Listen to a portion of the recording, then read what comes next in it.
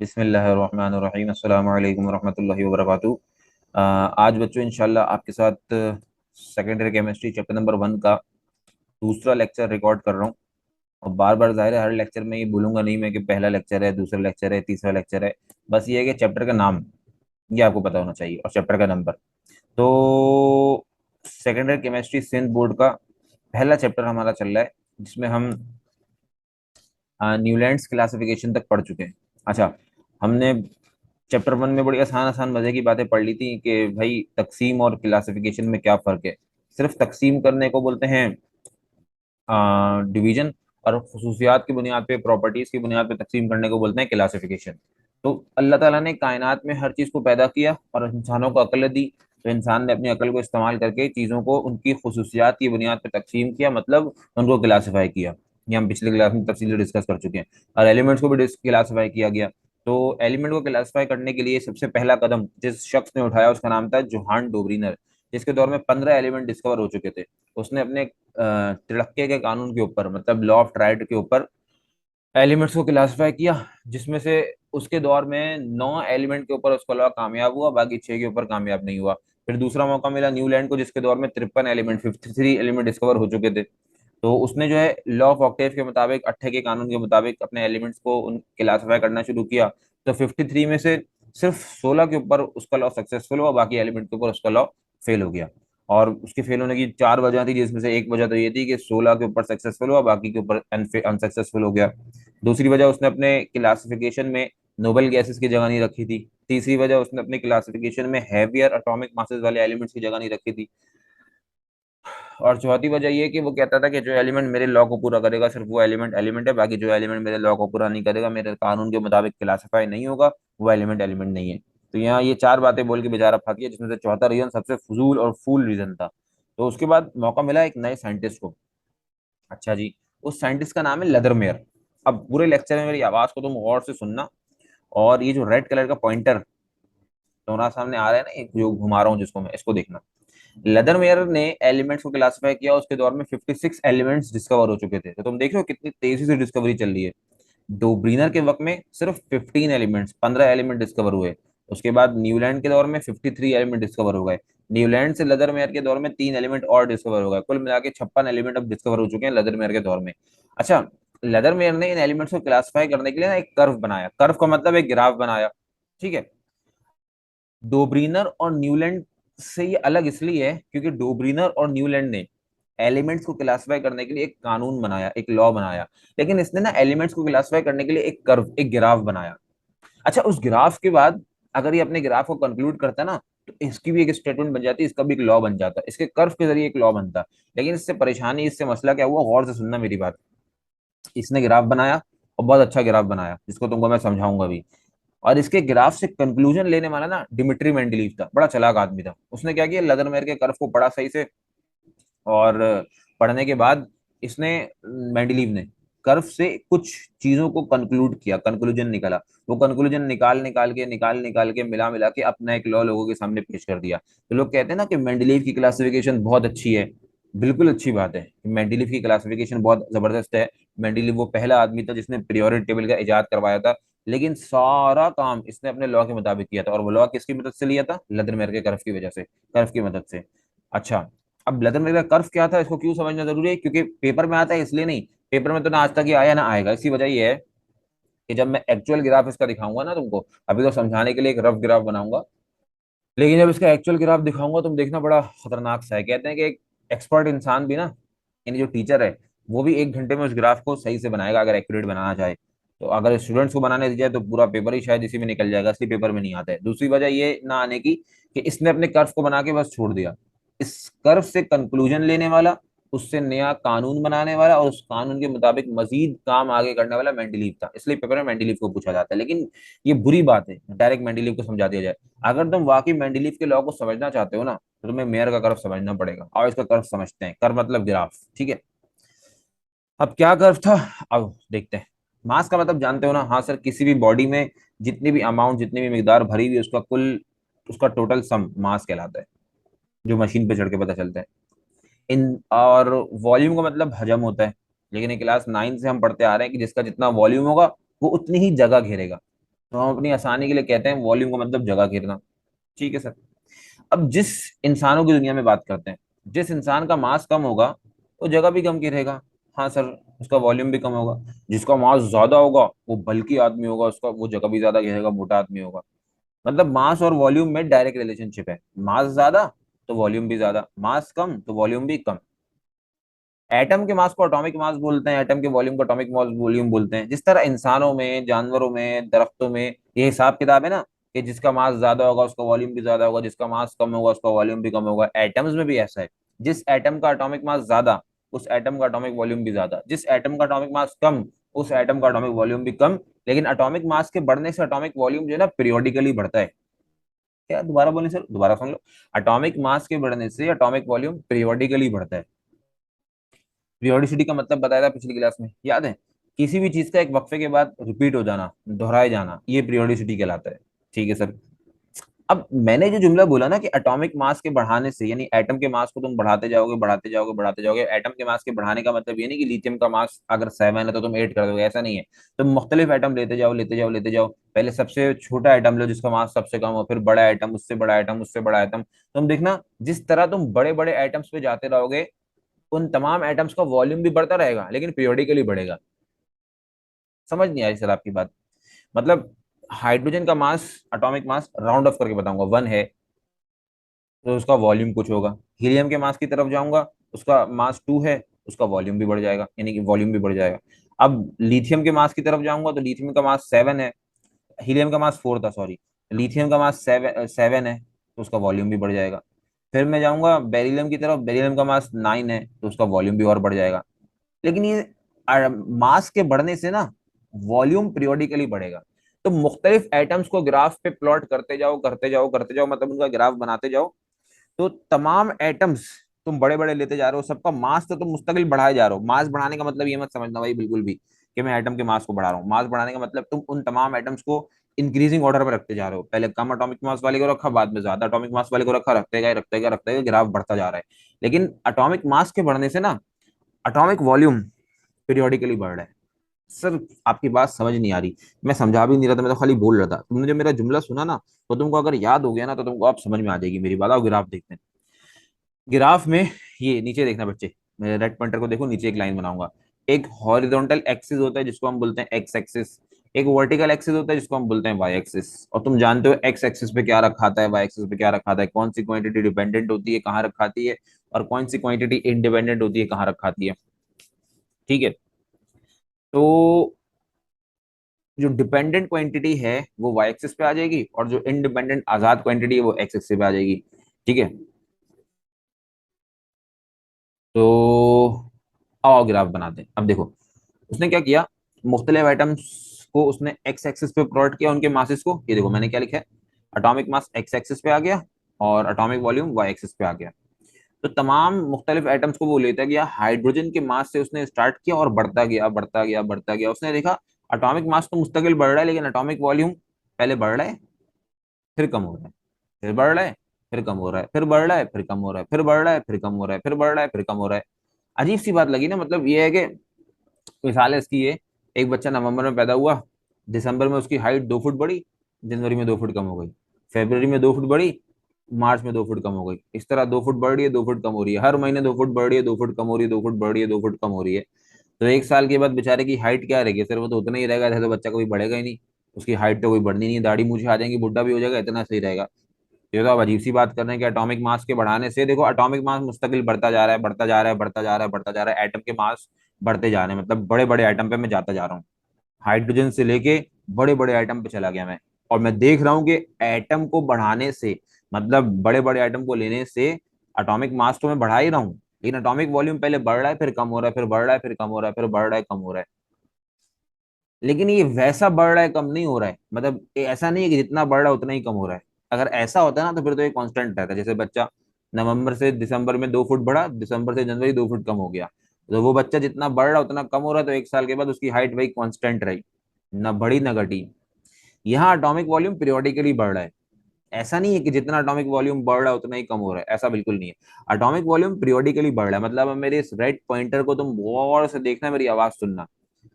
बढ़ रहा है फिर कम हो रहा है, लेकिन हर बार जो कम हो रहा है ना, कम, वो पिछले वाले के मुकाबले में कम कम हो रहा है। क्या मतलब सर? मेरे वर्ड्स पे मत जाओ, मैं जो कह रहा हूँ ना, मेरे जज्बात को, फीलिंग्स को समझने की कोशिश करो। देखो, पहले बढ़ा, फिर कम हुआ, फिर बढ़ा, फिर कम हुआ। इस बार जो कम हुआ है वो पिछले वाले के मुकाबले में कम कम हुआ है, मतलब इस बार जो कमी आई है वो पिछले वाले के मुकाबले में थोड़ी कम आई है। अच्छा, फिर आगे देखो, ये राइट पॉइंटर को देखते रहो, ये बढ़ा फिर कम हो गया। इस बार जो कम हुआ पिछले वाले के मुकाबले में फिर कम हुआ। ये बढ़ा फिर कम हो गया। इस बार जो कम हुआ वो पिछले वाले के मुकाबले में कम हो गया, यानी कम कम हुआ। हर बार जो कमी आ रही है ना, वो पिछले वाले के मुकाबले में कम आ रही है। मेरे बोलने में बच जाओ ना, खुद देखो, मेरे राइट पॉइंटर को दोबारा देखो। एटॉमिक वॉल्यूम बढ़ रहा है, फिर कम हुआ, यहाँ बढ़ रहा है, फिर कम हुआ। लेकिन इस बार जो कम हुआ है वो पिछले वाले के मुकाबले में थोड़ा कम कम हुआ है, मतलब इस बार जो कमी आई है वो पिछले वाले के मुकाबले में थोड़ी कम आई है। मेरी बात समझ में आई? पॉइंट समझ में आया? फिर देखो, यहाँ भी कम हुआ है, लेकिन इस बार जो कमी आई है वो पिछले वाले के मुकाबले में थोड़ी कम आई है। बार बार बार बार बार बार एटॉमिक वॉल्यूम बढ़ रहा है, फिर कम हो रहा है, फिर बढ़ रहा है, फिर कम हो रहा है, लेकिन हर बार जो कम हो रहा है पिछले वाले के मुकाबले में कम कम हो रहा है। इसका मतलब हर बार जो कमी आ रही है एटॉमिक वॉल्यूम में, वो पिछले वाले के मुकाबले में थोड़ी कम आ रही है। तो ओवरऑल देखा जाए, ग्रेजुअली देखा जाए, तो एटॉमिक वॉल्यूम तो, यानी इन तमाम पॉइंट्स को अगर मिला दें तो एटॉमिक वॉल्यूम तो ऊपर की तरफ जा रहा है, इंक्रीज कर रहा है। लेकिन ये डायरेक्टली इंक्रीज नहीं कर रहा है। जिस तरह इंसानों में होता है ना, कि इंसानों का मास बढ़ाते जाओ उनका वॉल्यूम भी बढ़ता जाएगा, इंसानों का मास कम करते जाओ उनका वॉल्यूम भी कम कम होता जाएगा। एटम में ऐसा नहीं है। एटम में ये है कि तुम एटॉमिक मास बढ़ाते जाओगे, बड़े बड़े एटॉमिक मास वाले एटम्स को लेते जाओगे, उनका वॉल्यूम भी बढ़ेगा, लेकिन पीरियोडिकली बढ़ेगा। पहले बढ़ेगा फिर कम होगा, फिर बढ़ेगा फिर कम होगा, फिर बढ़ेगा फिर कम होगा। ग्राफ ऐसे ही बनता है। और मैंने नहीं बनाया, लेदर मैंने तो खुद बनाया। जब लेदर मेरे ग्राफ बना रहा था ना, खुद पागल हो गया था, कहने लगा अजीब सी बात हो रही है, समझ नहीं आ रही इसको, क्योंकि वो भी आम सी बात जानता था कि जिसका मास ज्यादा उसका वॉल्यूम ज्यादा, जिसका मास कम उसका वॉल्यूम भी कम।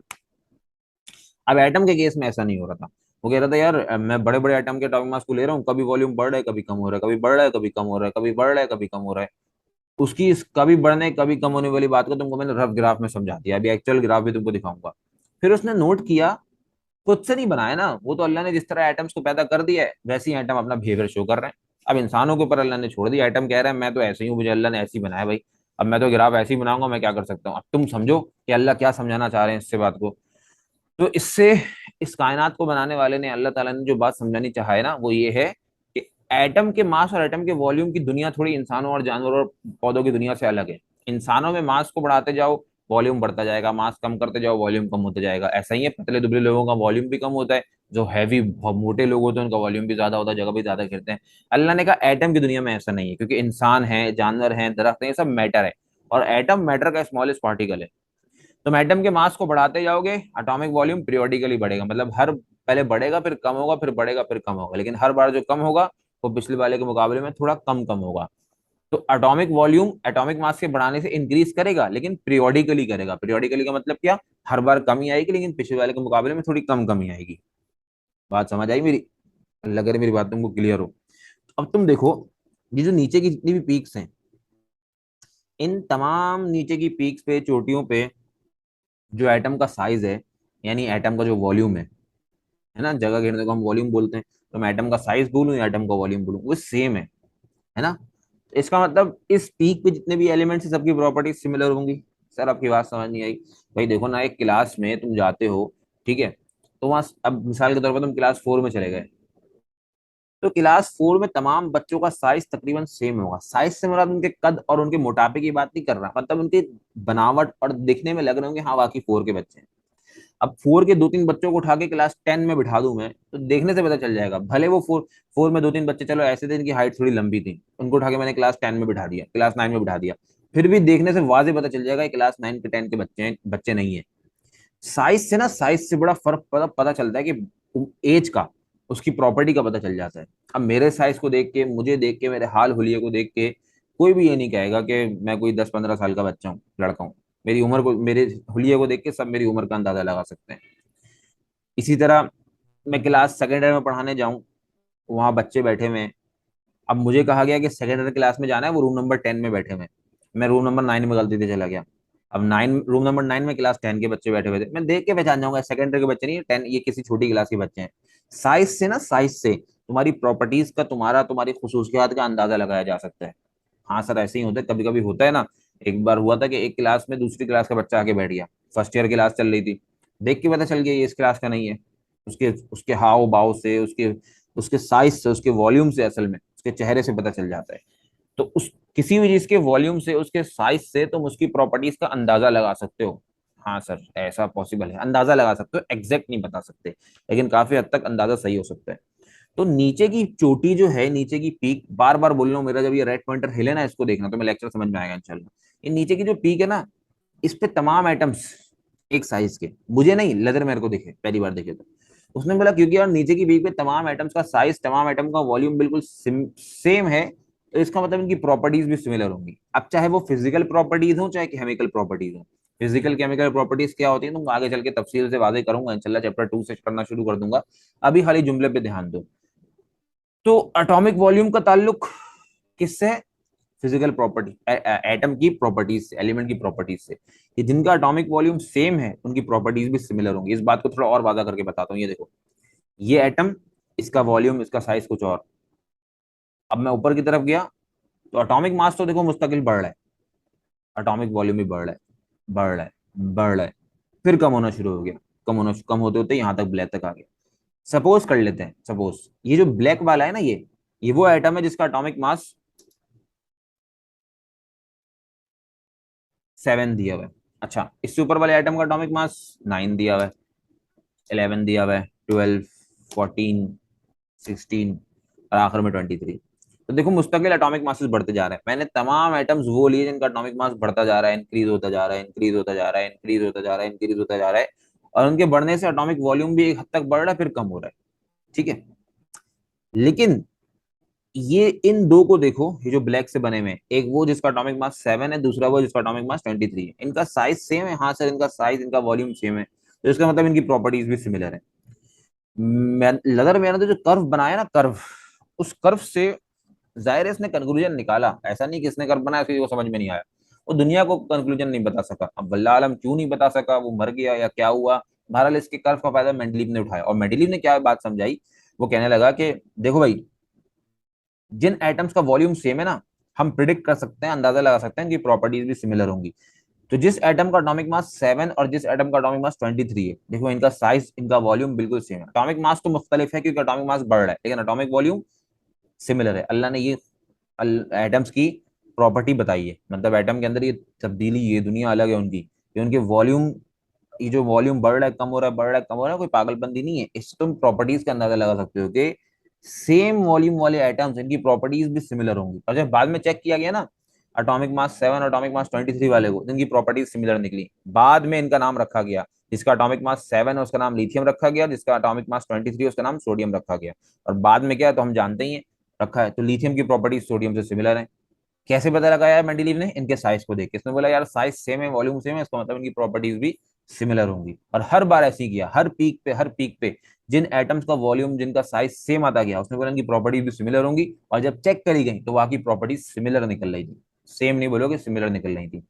तो प्रॉपर्टीज का सिमिलर निकलना, इसका ताल्लुक किससे? सर, हाँ, एटम के वॉल्यूम से, कि जिन एटम का वॉल्यूम, जिनका साइज सेम होगा, उनकी प्रॉपर्टीज भी सिमिलर होंगी। तो देखो, फिजिकल और केमिकल प्रॉपर्टीज का ताल्लुक किससे है भाई? एटॉमिक वॉल्यूम से। और एटॉमिक वॉल्यूम का ताल्लुक किससे? एटॉमिक मास से। दोबारा देखो, दोबारा इसको देखो और से, एरो आता जाएगा, और से देखना। एलिमेंट की फिजिकल केमिकल प्रॉपर्टीज का अंदाजा किससे होता है? एटॉमिक वॉल्यूम से, कि जिन एटम का वॉल्यूम, जिनका साइज सेम होगा, उनकी प्रॉपर्टीज सिमिलर होंगी। और एटॉमिक वॉल्यूम का ताल्लुक किससे? सर, एटॉमिक मास से, क्योंकि एटॉमिक मास बढ़ रहा है जब तो एटॉमिक वॉल्यूम बढ़ा है ना। ग्राफ देख लो, एक तरफ एटॉमिक वॉल्यूम है, दूसरी तरफ एटॉमिक मास है। एटॉमिक वॉल्यूम एटॉमिक मास पर डिपेंड करता है। एटॉमिक मास होगा तो एटॉमिक वॉल्यूम आएगा, और एटॉमिक वॉल्यूम आ गया तो एलिमेंट की फिजिकल केमिकल प्रॉपर्टीज भी आ गई। तो इससे पता चलता है कि एलिमेंट की physical chemical properties atomic volume पे डिपेंड करती हैं, कि जिनका वॉल्यूम सेम उनकी प्रॉपर्टीज सिमिलर। और एटॉमिक वॉल्यूम डिपेंड करता है किस पे? एटॉमिक मास पे। इसका मतलब एलिमेंट की physical chemical properties direct atomic mass पे डिपेंड करती हैं। लो, ये क्या नई बात बोल दी? अरे बहुत आसान बात बोल रहा हूँ, सुनो तो गौर से। ये नीचे देखो, गौर से नीचे, ये इधर देखना है, इधर मेरे रेड पॉइंटर को। नीचे एक चीज लिखी आएगी, छोटी क्लास में मैं तुमको मिस ने पढ़ाया होगा बचपन में, बेटा, if A is equals to B is equals to C, then automatically A equals to C. अगर ए बी के बराबर है, बी सी के बराबर है, तो इसका मतलब ए डायरेक्टली किसके बराबर है? सी के बराबर है। ठीक है सर, ये बात तो समझ में आती है। तो ये समझ में आती है तो ये भी देख लो भाई, एलिमेंट की फिजिकल केमिकल प्रॉपर्टीज का ताल्लुक किससे? एटॉमिक वॉल्यूम से। है ना, कि जिनका साइज सेम होगा उनकी physical properties chemical properties similar होंगी। और एटॉमिक वॉल्यूम का ताल्लुक किस पे डिपेंड करता है, एटॉमिक मास पे डिपेंड करता है। तो इसका मतलब एलिमेंट की फिजिकल केमिकल प्रॉपर्टीज डायरेक्टली किस पे डिपेंड करती है, एटॉमिक मास पे। ठीक है, रिलेशन बन गया। तो और जो जिस पर डिपेंड करता है ना वो उसका फंक्शन होता है। लो ये नई बात लिया है, मैं नई बात नहीं लाया। क्लास 10th में, 9th में तुमने ग्राफ पढ़ा होगा। ग्राफ जब पहली बार सीखा होगा ग्राफ पेपर पे, तो सर पहले पूरी कैलकुलेशन कराते होंगे, आखिर में एक बॉक्स बनता होगा। एक में रखते होगे एक्स की वैल्यूज, दूसरे में रखते होगे वाई की वैल्यूज। सपोज किया मैंने कि एक्स को 0 रखोगे तो वाई 1 आएगा, एक्स को 2 रखोगे तो वाई 3 आएगा, एक्स को 3 रखोगे तो वाई 4 आएगा। तो वाई का आना किस पे डिपेंड करता है, एक्स पे। और वहां सर ने तुमको एक बात बताई होगी मैथमेटिक्स के सर ने, कि बेटा क्योंकि y का आना x पे डिपेंड करता है, इसलिए y x का फंक्शन है। ये देखो राइट पॉइंटर को देखना, मेरी आवाज सुनना। y is the function of x, मतलब y f पे, y x पे डिपेंड करता है। ठीक है, तो जो जिस पे डिपेंड करता है वो उसका फंक्शन होता है। जैसे हम सब, पूरी कायनात पूरी मखलूक किस पे डिपेंड करती है, अल्लाह ताला पे। तो हम सब किसका फंक्शन है, अल्लाह ताला का फंक्शन है। इसी तरह एलिमेंट की फिजिकल केमिकल प्रॉपर्टीज किस पे डिपेंड करती हैं, एटॉमिक मास पे डिपेंड करती हैं। तो इसका मतलब एलिमेंट की फिजिकल केमिकल प्रॉपर्टीज किसका फंक्शन है, एटॉमिक मास का फंक्शन है। कैसा फंक्शन है, पीरियोडिक फंक्शन। क्यों पीरियोडिक फंक्शन, तुमको मैंने बता दिया कि एटॉमिक मास के बढ़ने से एटॉमिक वॉल्यूम बढ़ रहा था, लेकिन पीरियोडिकली बढ़ रहा था। ठीक है, तो जो जिस पर डिपेंड करेगा वो उसका फंक्शन होगा। एलिमेंट की फिजिकल केमिकल प्रॉपर्टीज एटॉमिक मास पर डिपेंड करती हैं, तो वो एटॉमिक मास का फंक्शन है। कैसा function, periodic function.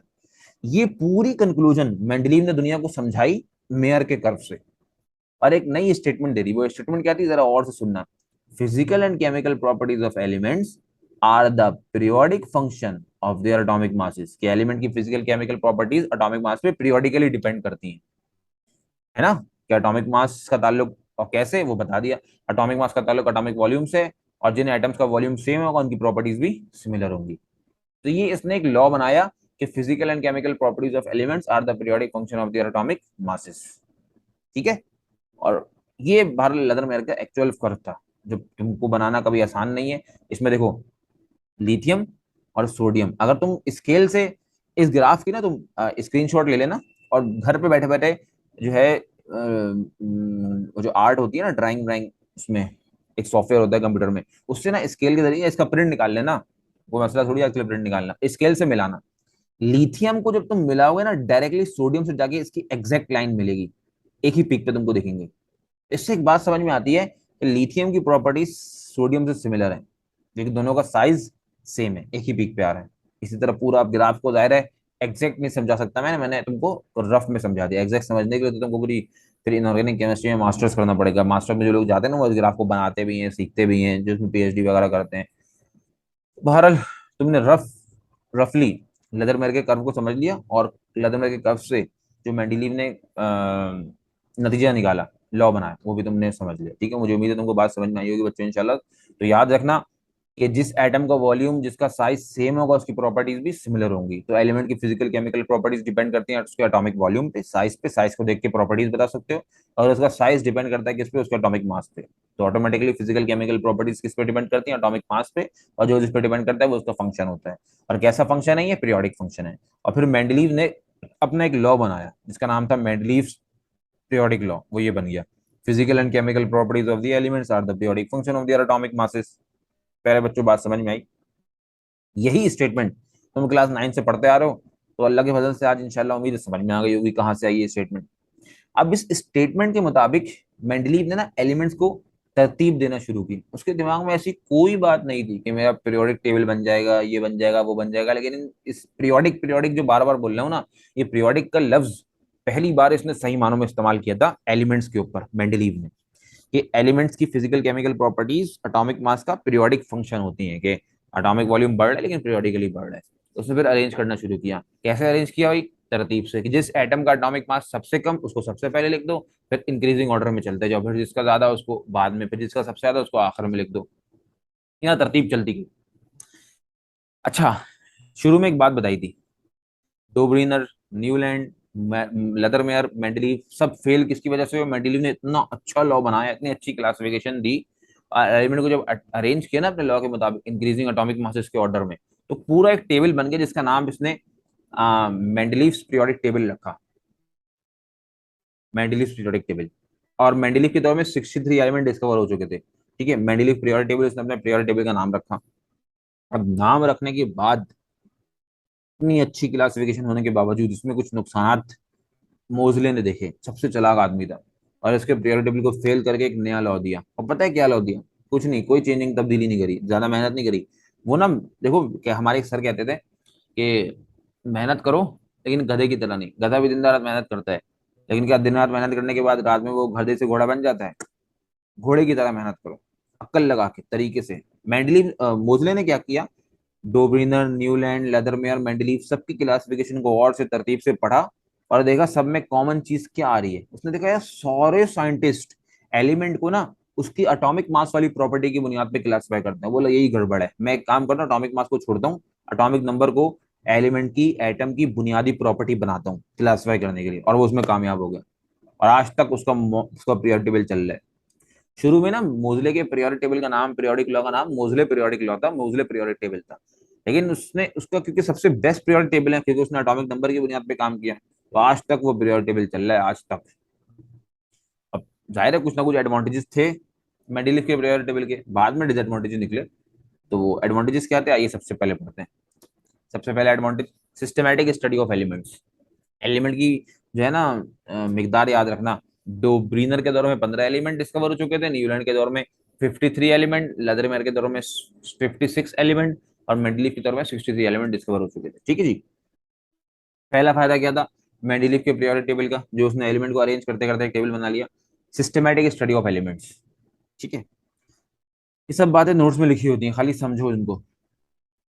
Systematic study of elements का मतलब क्या होता है, उसने अपने पीरियोडिक टेबल में एलिमेंट्स को इस तरीके से अरेंज किया कि तुम किसी भी ग्रुप के एक एलिमेंट की प्रॉपर्टीज को पढ़ोगे ना, तुम्हें हर एलिमेंट की प्रॉपर्टी पता चलना शुरू हो जाएगी। मतलब ये कि तुम किसी भी ग्रुप में एक एलिमेंट के बारे में समझ लो ये कैसा है, तुम्हें हर एलिमेंट के बारे में पता चलना शुरू हो जाएगा। ऐसी सिस्टमैटिक स्टडी करी। दूसरा जो एडवांटेज है, यहाँ नंबर 2 पे उसको लिखूंगा मैं, आई एम सॉरी नंबर 3 पे। पेपर में जब भी सवाल आए ना, write down the advantages of Mendeleev periodic table, आता है चैप्टर 1 से, तुम सबसे पहले वो एडवांटेज लिखना जो तुमको मैं आप समझा रहा हूँ, सबसे बेहतरीन एडवांटेज है। मेंडलीव के पीरियोडिक टेबल में बोरॉन रखा हुआ था, एल्यूमिनियम भी था, सिलिकॉन भी था।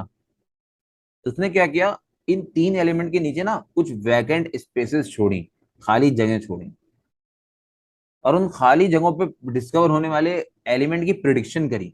अंदाजा लगाया कि मैं ये खाली जगहें छोड़ रहा हूँ, इस जगहों पे 100% ये बात पक्की है कि एलिमेंट डिस्कवर होंगे। मतलब इसकी मिसाल ऐसी है कि उसने अपने पूरे पीरियोडिक टेबल में 63 एलिमेंट्स को अरेंज किया। मतलब अपने जुमले को मैं सही करके कहता हूँ कि उसने ना 63 एलिमेंट्स को atomic mass, increasing atomic mass के ऑर्डर में अरेंज किया, और एक टेबल बना दिया। बेहतरीन किस्म का, जबरदस्त खानदानी सा टेबल बना दिया, खानदानी किस्म का। उसने देखा 3 जगह खाली हैं, एक जगह बोरॉन के नीचे खाली है, एक जगह एल्यूमिनियम के नीचे खाली है, एक जगह सिलिकॉन के नीचे खाली है। खाली इसलिए क्योंकि इन जैसी प्रॉपर्टीज का कोई एलिमेंट उस वक्त डिस्कवर ही नहीं होता, तो जबरदस्ती तो नहीं घुसा सकते थे ना भाई। एक जगह पे सेम प्रॉपर्टी, एक जैसी प्रॉपर्टी रखने वाली चीजें रह सकती हैं। मेरे घर में मेरे जैसे खुसूसियत वाले लोग रहेंगे, मुझसे अलग लोग आके थोड़ी रह सकते हैं। अब बोरॉन, एल्यूमिनियम और सिलिकॉन से मिलती जुलती प्रॉपर्टीज वाला कोई एलिमेंट मौजूद ही नहीं था। अब वो क्या करता, किसको रखता, बड़ा परेशान हो गया, जगह छोड़ दी। लेकिन इस बात की प्रिडिक्शन करके चला गया, अंदाजा करके चला गया कि जैसे हर एलिमेंट के नीचे उसकी प्रॉपर्टी, उस जैसा एलिमेंट रखने वाला, उस जैसा एलिमेंट मौजूद है ना, इसी तरह इन 3 एलिमेंट्स के नीचे भी कुछ खाली जगहें, ये जो खाली जगहें है ना, यहाँ पे भी कोई ना कोई एलिमेंट आके रखा है। समझे कि हर एलिमेंट के नीचे उस जैसा एलिमेंट मौजूद है, सिवाय इन 3 के। तो मैं प्रिडिक्शन करके जा रहा हूँ, अंदाजा लगा रहा हूँ कि मेरे पीरियोडिक टेबल में ये खाली जगहें खाली नहीं रहेंगी। अगले आने वाले 3 एलिमेंट इन्हीं के नीचे आएंगे, इन जैसी प्रॉपर्टी रखने वाले होंगे, इनके नीचे इनको रख देना, प्रॉपर्टी सिमिलर होंगी जब डिस्कवर होंगे तो। अच्छा, अब उसने क्या अंदाजा लगाया प्रॉपर्टीज का, जाहिर है कोई भी एलिमेंट डिस्कवर होता है उसको थोड़ी यहाँ रख सकते थे। अंदाजा लगा के चला गया कि भाई जो एलिमेंट डिस्कवर हो उसकी प्रॉपर्टीज को पढ़ना। अगर उसकी प्रॉपर्टीज मेरे अंदाजे के मुताबिक हैं, तो उसको ना बोरॉन, एल्यूमिनियम और सिलिकॉन के नीचे रख के देखना, और चेक करना कि जिसको तुमने बोरॉन के नीचे रखा है उसकी प्रॉपर्टी बोरॉन से मिल रही है कि नहीं, जिसको एल्यूमिनियम के नीचे रख रहे हो उसकी प्रॉपर्टी एल्यूमिनियम से मिल रही है कि नहीं, जिसको सिलिकॉन के नीचे रख रहे हो उसकी प्रॉपर्टी सिलिकॉन से मिल रही है कि नहीं। ये अंदाजा लगा के चला गया। जो एलिमेंट डिस्कवर नहीं हुए उनके लिए खाली जगह भी छोड़ी, उनकी प्रॉपर्टीज का अंदाजा भी लगाया, कहने लगा जब वो डिस्कवर होंगे उनकी प्रॉपर्टीज मेरे अंदाजे वाली प्रॉपर्टीज से मैच करना, अगर मैच हो जाए तो याद रख देना। और उन अनडिस्कवर्ड एलिमेंट्स का, जिसका उसने अंदाजा लगाया, जिसकी प्रॉपर्टीज का अंदाजा लगाया, प्रिडिक्शन करी, उनका नाम भी रख के किया। ई का बोरॉन, ई का एल्यूमिनियम, ई का सिलिकन। ई का ग्रीक जबान का लफ्ज है, इंग्लिश में इसका मतलब होता है विथ। तो जरा ई का की जगह विथ लगा के पढ़ो। With boron, with aluminium, with silicon. मतलब एक एलिमेंट बोरॉन के साथ आएगा, एक एलिमेंट एल्यूमिनियम के साथ आएगा, एक एलिमेंट सिलिकन के साथ आएगा। और वाकई ऐसा हुआ। उसके दौर में एक एलिमेंट डिस्कवर हुआ, इसका नाम स्कैंडियम रखा गया। उसकी प्रॉपर्टीज बोरॉन से सिमिलर थी। हालांकि तुम आज मॉडर्न पीरियोडिक टेबल को देखोगे ना, तो स्कैंडियम की प्रॉपर्टीज बोरॉन से सिमिलर नहीं है। तो ग्रुप ब्लॉक डी का एलिमेंट है।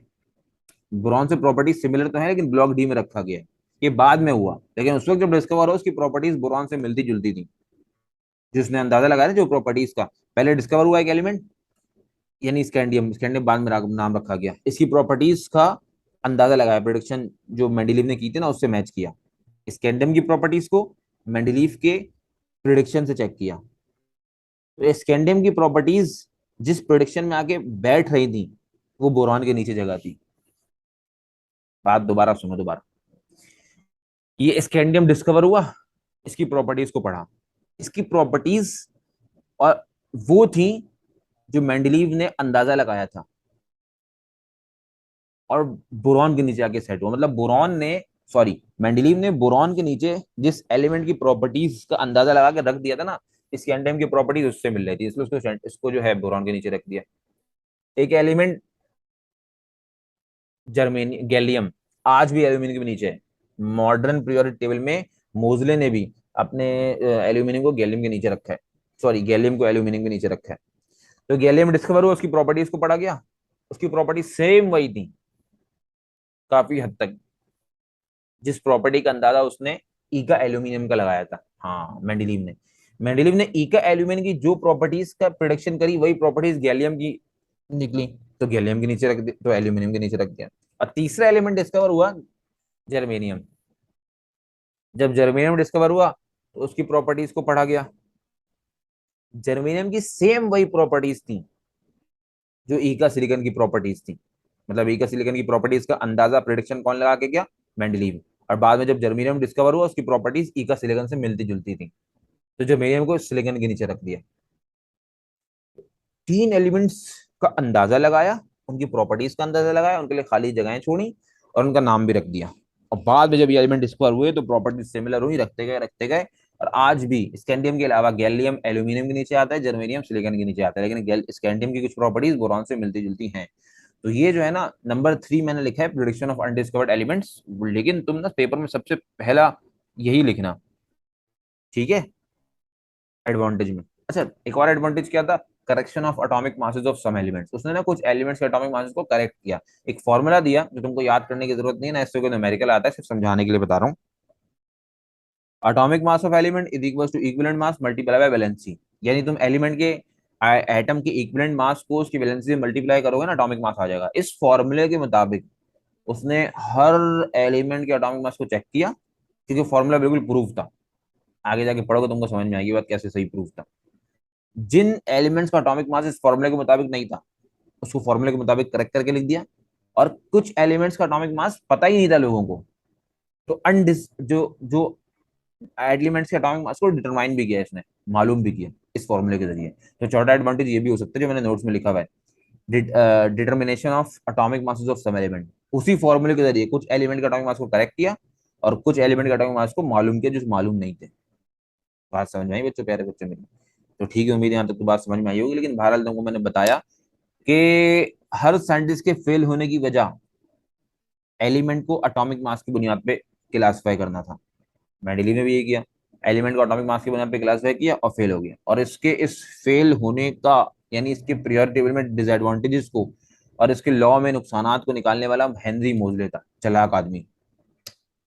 ये तो जाहिर सी बात है ना भाई, कोई भी बंदा अपनी चीज में अपने अंदर नुकसान अगर देखता है तो पूरी दुनिया को नहीं बताता है, खुद उसको खामोशी से सही कर लेता है। और अगर वो ना देखे और वो एक मशहूर शख्सियत है, तो हर कोई उसके अंदर नुकसान को ढूंढता रहता है, और ढूंढ के फिर दुनिया को नुकसान बता के सही चीज, उसके ऑल्टरनेट में जो चीज है वो पेश करता है। जैसे आईफोन 14 में अगर आज कोई डिसएडवांटेज, कोई नुकसान सैमसंग को दिख जाए, जो उसके टक्कर में चल रहा है, बिल्कुल आईफोन के पीछे पीछे चल रहा है, तो सैमसंग फौरन पूरी दुनिया में ऐलान नहीं करेगा कि आईफोन में मसला है, एक ऐड दे देगा आईफोन में कुछ गड़बड़ है और हमने इसका ऑल्टरनेट मॉडल निकाला है, आईफोन फौरन नीचे जाएगा, फौरन। यही काम मेंडलीव के साथ हुआ। मेंडलीव आईफोन जैसा था उस वक्त, सिर्फ समझाने के लिए बता रहा हूँ, बहुत मशहूर था। मोजले ने उसके पीरियोडिक टेबल में नुकसान देखा, उसको पता था, जब सबको उसने स्टडी किया ना तो वो समझ गया कि भैया सबने एटॉमिक मास की बुनियाद पे क्लासिफाई किया, सब गलत गड़बड़ हुए। डोमिनियर गड़बड़ हुआ, न्यूजीलैंड भी गड़बड़ हुआ, तो 100% मेंडलीव भी गलत होगा क्योंकि इसने भी एटॉमिक मास की बुनियाद पे क्लासिफाई किया। और जब चेक किया गया ना तो मेंडलीव के पीरियोडिक टेबल में बहुत नुकसान निकले। पहला नुकसान तुम देखना उसके डिसएडवांटेज में, irregular position of some elements. Regular का मतलब क्या होता है? तरतीब से। रेगुलर पोजीशन का मतलब तरतीब से रखना। मेंडलीव की तरतीब क्या थी, जरा याद करो पीछे। पहले वो एलिमेंट आएगा जिसका एटॉमिक मास कम, बाद में वो आएगा जिसका एटॉमिक मास ज्यादा। लेकिन गड़बड़ क्या हुई, उसने ये गड़बड़ मार दी, ये आर्गन का एटॉमिक मास 40 है, पोटेशियम का 39 है। मेंडलीव के मुताबिक तरतीब क्या होनी चाहिए? पोटेशियम को पहले आना चाहिए, आर्गन को बाद में आना चाहिए। उल्टा करके लिख दिया, आर्गन पहले लिख दिया, पोटेशियम बाद में लिख दिया। और गलत नहीं लिखा, आर्गन को जिस जगह रखा था ना, आर्गन उसी जगह सही था, यानी आर्गन की प्रॉपर्टीज उसी एलिमेंट से मिलती जुलती थी। यानी आर्गन को नियॉन के नीचे रखा था और क्रिप्टॉन के ऊपर रखा था, वहीं उसकी जगह आज भी है, वहां से हटा ही नहीं सकते थे। क्या करता मेंडलीव? अब पोटेशियम की जगह जो है ना, सोडियम के नीचे और रुबिडियम के ऊपर है। अब पोटेशियम की जगह आज भी वही है, जगह ही वही है, कैसे हटा दे? पोटेशियम को क्या आर्गन की जगह पे, आर्गन को पोटेशियम की जगह पे ले जाए? अगर ऐसा कर दूं ना तो पोटेशियम नोबल गैसेस की जगह पे आ जाएगा, आर्गन जो है हाईली रिएक्टिव मेटल की तरफ आ जाएगा, उल्टा ही काम हो जाएगा। पोटेशियम मेटल है, आर्गन गैस है, तो गैस को मेटल की जगह रख दूंगा, मेटल को गैस की जगह रख दूंगा, तो पोजीशन तो रेगुलर हो जाएगी लेकिन प्रॉपर्टीज सिमिलर नहीं होंगी। तो हमने तो प्रॉपर्टीज के मुताबिक रखना है ना, उसने तो इंक्रीजिंग एटॉमिक मासेस की बुनियाद पर रखा, तमाम एलिमेंट की प्रॉपर्टी मैच होती रही। इन केस में मसला हो गया, कोबाल्ट निकल में मसला हो गया, टेलुरियम और आयोडीन में भी मसला हो गया। अब परेशान हो गया, क्या करे भाई, इसका कोई हल ही नहीं था। तो मोजले ने सवाल उठाया कि आपके मुताबिक तो तरतीब होनी चाहिए, कम एटॉमिक मास वाला पहले, ज्यादा एटॉमिक मास वाला बाद में। बेचारा मेंडलीव फंस गया, जवाब ही नहीं दे सका। अब मैं जो कह रहा हूँ जवाब नहीं दे सका, इसका मतलब ये नहीं कि कोई दोनों में कॉल पे बातचीत हो रही है, मैं तुमको समझाने के लिए खाली बता रहा हूँ। तो अब क्या करें, तरतीब तो तब्दील कर नहीं सकते। मेंडलीव ने मोजले को कहा होगा, चलो ठीक है, मैं तो पोटेशियम और आर्गन में, कोबाल्ट निकल में, टेलोरियम आयोडीन में पोजीशन गड़बड़ कर गया, तुम सही करके दिखा दो। तुम क्या पोटेशियम को पहले रख दोगे, आर्गन को बाद में रख दोगे? अगर तुम ऐसा कर दोगे तो तुम भी गलत करोगे। तो क्योंकि पोजीशन तो तरतीब से हो जाएगी लेकिन प्रॉपर्टी सिमिलर ही नहीं है। आर्गन सही जगह पे रखा हुआ है, पोटेशियम सही जगह पे रखा हुआ है, अपने घर में रखा हुआ है मतलब।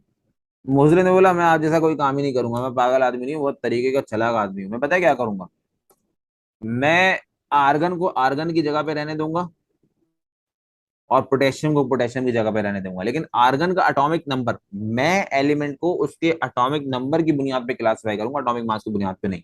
और हम सब जानते हैं कि आर्गन का एटॉमिक नंबर क्या होता है, 18। और ये जो आपका पोटेशियम है ना, इसका एटॉमिक नंबर, यस बोलिए क्या होता है, 19। Very good. तो भैया मोजले जो है, मोजले बाजी ले गया। क्या बाजी ले गया? आर्गन को अपनी जगह पे रखा, पोटेशियम को उसी जगह पे रखा, हिलाया जुलाया नहीं, सिर्फ देखने का अंदाज बदल दिया, नजरिया तब्दील कर दिया। नजरियों की तब्दीली, नजरिए की तब्दीली। एटॉमिक नंबर की बुनियाद पे देखने लगा कि कम एटॉमिक नंबर वाला पहले, ज्यादा एटॉमिक नंबर वाला बाद में। मेंडलीव और इससे पहले लोग क्या कहते थे, कम एटॉमिक मास वाला पहले, कम ज्यादा एटॉमिक वाला मास वाला बाद में। इस बंदे ने बात ही तब्दील कर दी, कहने लगा एटॉमिक नंबर की बुनियाद पे क्लासिफाई करूंगा, कम एटॉमिक नंबर वाला पहले, ज्यादा एटॉमिक नंबर वाला बाद में। और देखो कामयाब हो गया। और कोबाल्ट निकल टेल्यूरियम आयोडीन सब में कामयाब हुआ। अब तुम कोबाल्ट निकल का एटॉमिक नंबर देख लेना, टेल्यूरियम आयोडीन का एटॉमिक नंबर देख लेना, कम होगा, तरतीब सही होगी। बस क्या किया, देखने का बोलने का अंदाज बदल दिया, किसने? मोजले ने, एटॉमिक नंबर की बुनियाद पे। बात समझ में आई बच्चों, तरतीब कैसे थी? ठीक है। अभी हम एलिमेंट याद कैसे करें, समझ में आ गया ना? अब याद करने का आसान तरीका सुनो, बड़ा आसान तरीका। कुछ निमोनिक्स याद कर लो, एपी, CN, TI। दोबारा बोलो, दोबारा। ऐसे बोलोगे तो याद नहीं होता, तरतीब से बोलो। हमारे सर बताते थे एक बच्चे के बारे में, कोई स्टूडेंट थी, कि वो जो रट्टा लगाती है ना, रट्टा बहुत लगाती थी। तो क्या करती है, शेर व शायरी के अंदाज में ना पैराग्राफ को याद कर लेती है। तुम्हारा रट्टा लगाना कोई अच्छी बात नहीं है, लेकिन याद करने के तरीके बहुत सारे होते हैं। चीजों को समझ लिया, अब याद और समझ में आ गए तो याद भी हो गई, रट्टा लगाने की जरूरत नहीं है। लेकिन याद रहे कैसे, पेपर में कैसे फटाफट लिखना, क्योंकि जाहिर है पेपर में तो फटाफट काम भी करना है ना। तो उसका बड़ा आसान तरीका है, APCNTI। दोबारा बोलो मेरे साथ, शाबाश। APCNTI। ठीक है सर, याद रहेगी? यस सर, इंशाल्लाह। ए का मतलब आर्गन, पी का मतलब पोटेशियम, सी का मतलब कोबाल्ट। कोबाल्ट मत बोलना, स्पेलिंग गलत लिख दोगे तुम, कोबाल्ट बोलना। एन का मतलब निकिल, टी का मतलब टेलुरियम, आई का मतलब आयोडीन। तो APCNTI। ठीक है। अब एटॉमिक मास कैसे याद होंगे? शुरू के तीन के एटॉमिक मास याद कर लो। 40, 59, 127। दोबारा सुना। 40, 59, 127। अब एक कम कर दो, एक कम कर दो, एक कम कर दो, हो गया। ठीक है, यहाँ लिख दो was place before, was place before, was place before. बाकी डिसएडवांटेज। दूसरा नुकसान, मोजले ने क्या बताया, मेंडलीव का पीरियोडिक टेबल किसी भी एटम के स्ट्रक्चर का आइडिया नहीं देता। मतलब पता भी नहीं चलता, आइडिया तक नहीं देता कि एटम का स्ट्रक्चर कैसा होगा। चौथा नुकसान, same position for alkali metals and coinage metals. देखो अल्कली भी मेटल्स होते हैं, कॉइनेज भी मेटल्स होते हैं। अल्कली ग्रुप 1 के मेटल्स हैं, कॉइनेज ग्रुप 2B के मेटल्स हैं। ठीक है, आई एम सॉरी 1B के मेटल्स हैं। अल है तो दोनों मेटल्स। देखो मैं मेरे घर में तो रह रहा हूं, मैं मुझ समेत मेरे घर वाले सब इंसान हैं, मेरे पड़ोसी वो भी इंसान है। तो क्या इंसान होने की बुनियाद पर, होने की वजह से हम सब एक घर में रह सकते हैं? नहीं नहीं नहीं, ऐसा नहीं हो सकता सर। ऐसा नहीं हो सकता ना। इसी तरह खाली मेटल होने की बुनियाद पे तमाम मेटल्स को एक जगह रख देना बुरी बात, अच्छी बात नहीं है। इनमें जो मेटल्स बहुत हाईली रिएक्टिव हैं, छूने में बहुत सॉफ्ट होते हैं, पानी में डाल दो तो आग लगा देते हैं, पेट्रोल में रखो तो सुकून में रहते हैं, वो बिल्कुल अलग हैं, वो अल्कली मेटल्स कहलाते हैं, उनको अलग रखना चाहिए था। और जो मेटल्स कॉइन बनाने में काम आते हैं, जिनको हम कॉइनेज मेटल्स कहते हैं, जो ट्रांजिशन मेटल हैं, आउटर ट्रांजिशन मेटल्स हैं, है मेटल लेकिन प्रॉपर्टीज अल्कली मेटल से बिल्कुल अलग है, उनको अलग रखना चाहिए। लेकिन बेवकूफ बंदे ने क्या कर दिया, पागल मेंडलीव ने, कि मेटल होने की बुनियाद पे अल्कली मेटल, कॉइनेज मेटल सबको एक साथ रख दिया। मतलब यानी ऐसा कर दिया कि सब एक जगह हो गए, कोई फर्क ही नहीं रखा उसमें। यानी टीचर और स्टूडेंट की पार्टी एक ही जगह हो रही है। अजीब सी बात होगी, टीचर्स को अलग पार्टी देनी चाहिए, स्टूडेंट्स की अलग पार्टी अलग जगह होनी चाहिए। है ना, स्टूडेंट क्लास में बैठते हैं, वेटिंग रूम में बैठते हैं, टीचर स्टाफ रूम में बैठते हैं। ऐसा थोड़ी सब इंसान है तो सब एक साथ ही बैठे हैं फिर? अलग अलग है ना। तो इसीलिए अल्कली मेटल्स की अलग जगह होनी चाहिए, क्वाइनेज मेटल्स की अलग जगह होनी चाहिए, जो कि अलग हुई बाद में यूज लेने करी। और तीसरा जो तीसरे नंबर का डिसएडवांटेज लिखा हुआ है, पोजीशन ऑफ आइसोटोप्स। मेंडेलीव के पीरियोडिक टेबल में आइसोटोप्स की कोई पोजीशन ही नहीं थी। अब ये वाला पॉइंट ना तुमको मैं समझाता हूँ, इधर देखो और से, फिर तुमको समझ में आ जाएगी बात इंशाल्लाह। मोस्टली बड़ा चला हुआ आदमी था भाई। मैं तो बोलता हूँ ये आज होता ना तो इससे जाके मैं हाथ मिलाता, क्या इसने अल्लाह की कुदरत को देखा है। देखो आइसोटोप तुम जानते हो, एक ही एलिमेंट के सेम एटम जिनका एटॉमिक नंबर सेम हो लेकिन मास नंबर डिफरेंट हो। अब हाइड्रोजन का पहला आइसोटोप, इसका मास नंबर 1, इसका दूसरा आइसोटोप, इसका मास नंबर 2, इसका तीसरा आइसोटोप, इसका मास नंबर 3। ठीक है, यानी atomic mass 1, atomic mass 2, atomic mass 3। अब मोजले ने सवाल किया मेंडलीव से कि तुम्हारे पीरियोडिक टेबल में ये वाला हाइड्रोजन तो मिलता है जिसका एटॉमिक मास 1 है, लेकिन जिन हाइड्रोजन का एटॉमिक मास 2 और 3 है ये तो मिलते ही नहीं है, ये तो है ही नहीं तुम्हारे पीरियोडिक टेबल में, क्या करूं? लो मेंडलीव चुप, जवाब नहीं दे सका। अच्छा और पकड़ लिया मोजले ने मेंडलीव को, अब पकड़ता ही जा रहा है, छोड़ ही नहीं रहा बेचारे को। कहने लगा कार्बन के 3 आइसोटोप्स होते हैं, कार्बन 12, और वो कार्बन जिसका एटॉमिक मास 13 हो, वो कार्बन जिसका एटॉमिक मास 14 हो। तो मोजले ने मेंडलीव को कहा कि तुम्हारे पीरियोडिक टेबल में वो वाला कार्बन तो है जिसका एटॉमिक मास 12 है, लेकिन वो कार्बन है ही नहीं जिसका एटॉमिक मास 13 और 14 है। बोलो कहाँ है ये कार्बन? क्या तुम इनकी जगह नहीं दोगे? फंस गया बेचारा, परेशान मेंडलीव, क्या बोलूं, अदालत में खड़ा कर दिया लाके उसने। फिर कहने लगा क्लोरीन, दो अटोम आइसोटोप होते हैं क्लोरीन के, एक क्लोरीन 35 और दूसरा क्लोरीन 37। तो मोजले ने मेंडलीव से पूछा भैया तुम्हारे पीरियोडिक टेबल में वो क्लोरीन तो है जिसका एटॉमिक मास 35 है, लेकिन वो क्लोरीन तो है ही नहीं जिसका एटॉमिक मास 37 है, बताओ वो कहाँ है? मेंडलीव चुप। अब मेंडलीव ने कहा ठीक है मुझे तो नहीं पता, तुम बताओ। हाँ भाई तुम बताओ कहाँ है वो? तुम्हारे पीरियोडिक टेबल, तुम जब पीरियोडिक टेबल बनाओगे तो क्या उसमें हाइड्रोजन 2 3 को, कार्बन 13 14 को, क्लोरीन 37 को रखोगे क्या? कहने लगा ऐसा कुछ भी नहीं है, मेरे पीरियोडिक टेबल में हाइड्रोजन 1 2 3 दोनों मौजूद है। बोला कैसे? बोला क्योंकि मैं जो हूँ ना एटम के एटॉमिक नंबर की बुनियाद पे बात करता हूँ। तो हाइड्रोजन के तमाम आइसोटोप्स का एटॉमिक नंबर क्या है? 1, क्योंकि आइसोटोप की डेफिनेशन ही क्या होती है? एक ही एलिमेंट के एक जैसे एटम्स जिनका एटॉमिक नंबर सेम हो। तो एटॉमिक नंबर तो सेम होगा। कार्बन का एटॉमिक नंबर 6, इस कार्बन का एटॉमिक नंबर भी 6, इस कार्बन का एटॉमिक नंबर भी 6। क्लोरीन की बात की जाए तो क्लोरीन का एटॉमिक नंबर 7 होता है। अब वो कोई भी आइसोटोप हो, एटॉमिक नंबर तो 17 ही रहेगा, 7 नहीं 17 है सॉरी। अब बड़ा परेशान हो गया। कौन? मेंडलीव, क्योंकि क्योंकि मोजले ने उसको जवाब दे दिया। अब मोजले ने कहा मेरे पीरियोडिक टेबल में वो हाइड्रोजन है जिसका एटॉमिक नंबर 1 है। मैं बहुत पढ़ा लिखा तरीके का समझदार आदमी हूँ, मैं तुम सबकी तरह बेवकूफ नहीं हूँ। एटॉमिक मास की बुनियाद पे क्लासिफाई नहीं करता मैं, एलिमेंट को एटॉमिक नंबर की बुनियाद पे क्लासिफाई करता हूँ। तो मेरे पीरियोडिक टेबल में वो हाइड्रोजन है जिसका एटॉमिक नंबर 1 है, और तीनों ही हाइड्रोजन का एटॉमिक नंबर देखो 1 है, तो मेरे पास ऑटोमेटिकली तीनों ही मौजूद हैं। कार्बन वो है जिसका एटॉमिक नंबर 6 है, तो मेरे पीरियोडिक टेबल में तीनों ही कार्बन मौजूद है क्योंकि तीनों का एटॉमिक नंबर 6 है। मेरे पीरियोडिक टेबल में क्लोरीन का वो आइटम मौजूद है जिसका एटॉमिक नंबर 17 है, मेरे पीरियोडिक टेबल में तीनों ही मौजूद हैं, सॉरी दोनों ही मौजूद हैं क्योंकि एटॉमिक नंबर सेम होता है। तो मैं बात ही नहीं करता एटॉमिक मास की बुनियाद पे, मैं तो एटम को देखता हूँ, एटम को क्लासिफाई करता हूँ एटॉमिक नंबर की बुनियाद पे।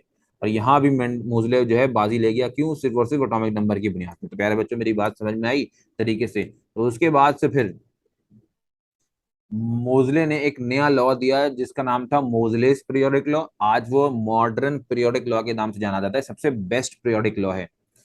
वही था, वही स्टेटमेंट थी जो मेंडलीव की थी। शर्त फर्क क्या था?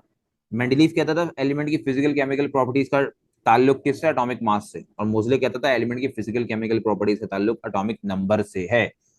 समझ आई? मतलब मैंने एलिमेंट को इस तरह से अरेंज किया है, मोजले कह रहा है कि इंक्रीजिंग एटॉमिक नंबर की बुनियाद पे, जिसका एटॉमिक नंबर कम उसको पहले, जिसका एटॉमिक नंबर ज्यादा उसको बाद में रख दिया।